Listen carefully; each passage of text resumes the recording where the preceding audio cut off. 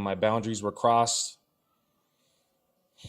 You feel like this person feels like they got power over you because of the situation and the opportunity that presented itself in front of you. I felt ashamed.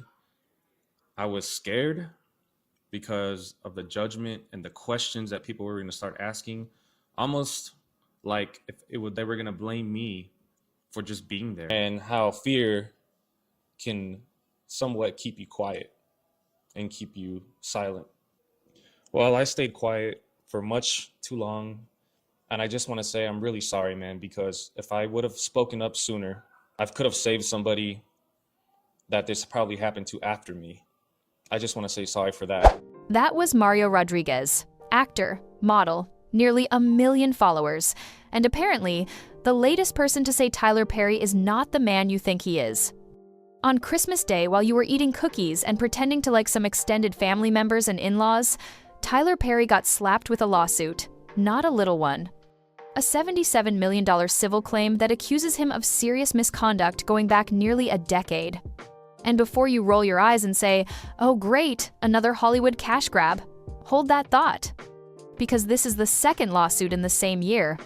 Same type of allegations with the same strategy and same attorney, Jonathan Delshad. First, it was Derek Dixon back in June. That one was for $260 million.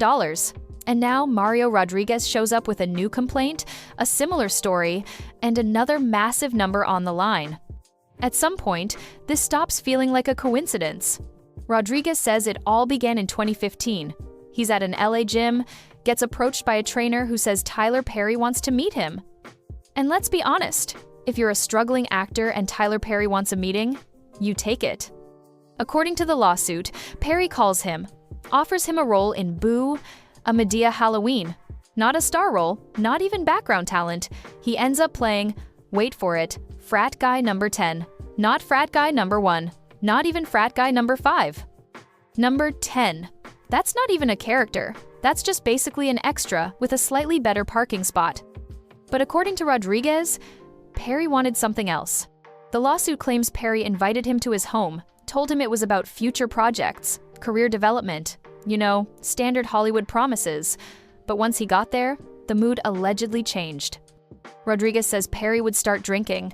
Then the advances would start. Repeated, unwanted, and physical. This allegedly went on for years. And then in 2018, it escalated. The complaint says Perry allegedly grabbed him in a way that was very much not professional. Rodriguez says he resisted, told him no, and then he claims Perry said this: "Just let it happen. If you were to just be with me, I would take care of you." Sir, that's not a proposition. That's a transaction. That's literally offering money for access to someone's body.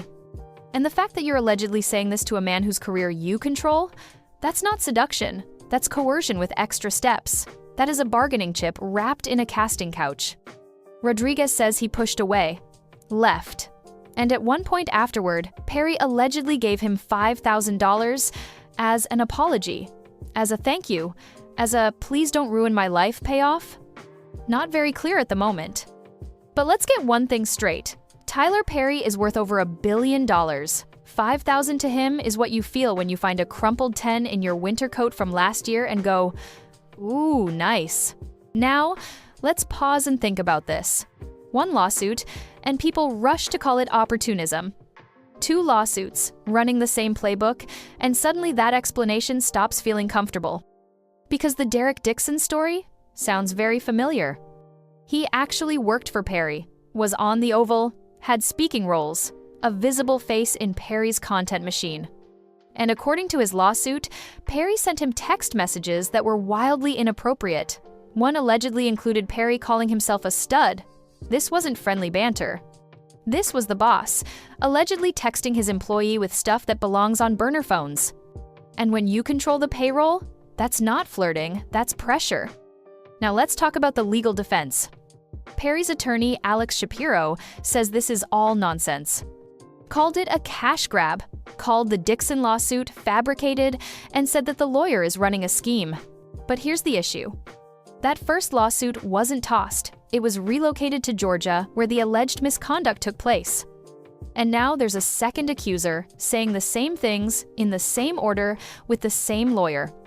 And yes, you're allowed to be skeptical of that. When someone skips the police and goes straight for $77 million, that's a red flag. But when two people do it and both say they were afraid, ashamed, silenced by power, that's a different kind of red flag. That's a room full of them. Rodriguez says the calls and messages from Perry continued until 2024. That when he filed the lawsuit, Perry texted him saying he felt betrayed. Betrayed? Not shocked, not apologetic. Betrayed. That's not guilt, that's entitlement. That's someone allegedly upset their favorite script got leaked before production started. And let's not pretend this came out of nowhere. Monique accused Perry of blackballing her after she refused to work for less. The Boondocks aired a character named Winston Jerome, a satirical Medea-style producer who preyed on male actors. Since that day, I've searched the world for the sexiest black men alive, and I found them, my shirtless men. And Jesus was pleased. I didn't know religion worked like that. With that dress, that wig, and these beautiful muscular gifts from God, I have built an empire. That was in 2010. People have been side-eyeing this man for years, but they just didn't have lawsuits to point to. Now they do. Rodriguez says he didn't speak up because he was scared and felt ashamed.